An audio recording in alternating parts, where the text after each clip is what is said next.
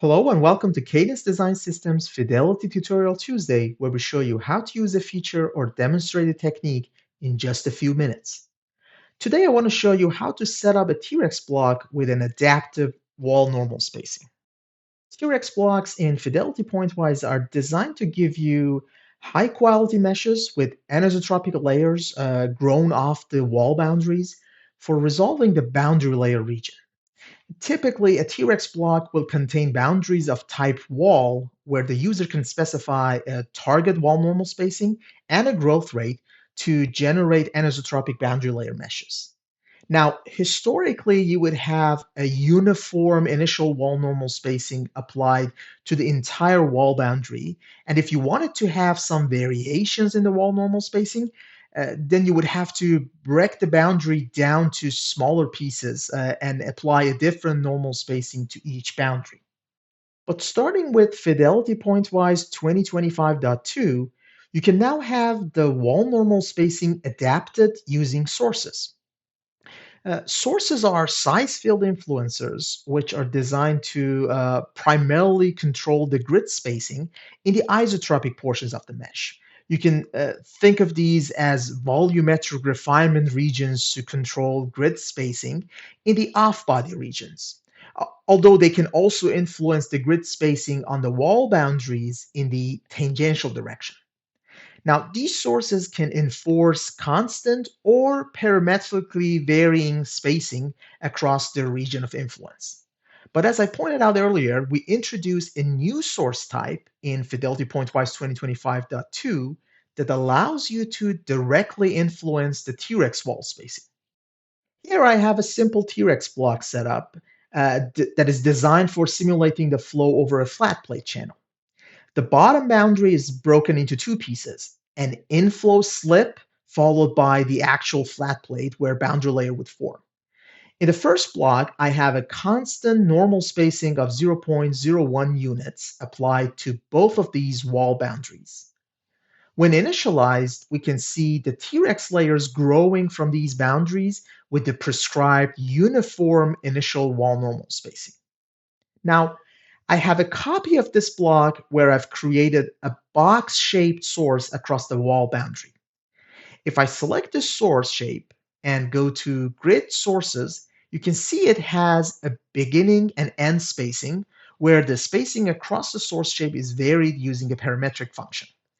Basically, we start with the beginning spacing of 0.01 at this end of the source shape, and the spacing will increase linearly until we reach the end spacing of 0.5 at the other end of this box.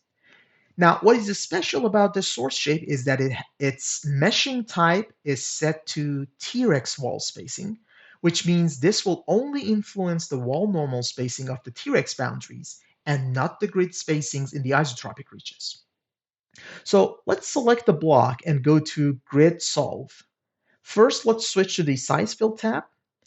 Here I can see my box-shaped source with the desired beginning and end spacing, a parametric spacing type, as well as a T-Rex wall spacing meshing type, and it is active.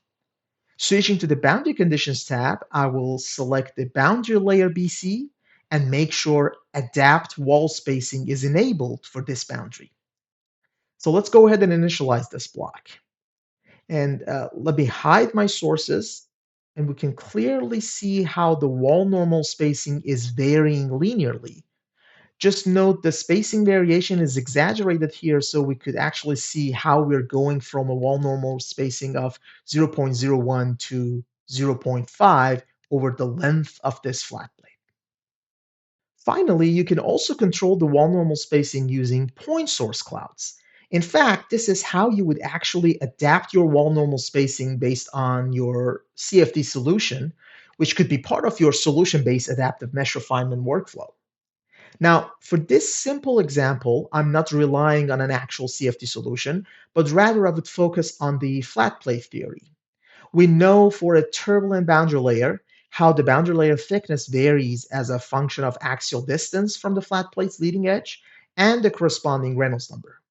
This gives us the turbulent boundary layer thickness as a nonlinear function of the axial distance x.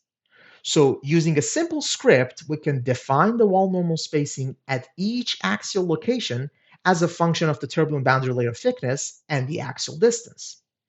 I used the formula shown earlier to create a point source cloud where the target spacing at each point is determined based on the turbulent boundary layer theory. The point source cloud is also of type T-Rex wall spacing, meaning it will only influence the wall normal spacing for T-Rex wall boundaries.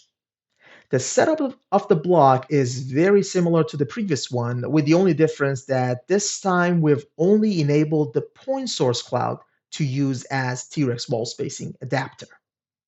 If we now initialize this block, we can see that wall normal spacing is varied non-linearly using the point source cloud spacings, which come from the turbulent boundary layer theory.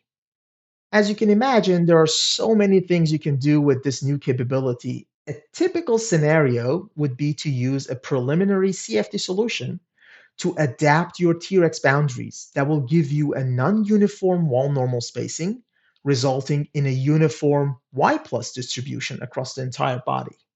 In this case, we are achieving a Y plus value of 1 on the entire wing boundary using this new adapted wall spacing for our T-Rex block.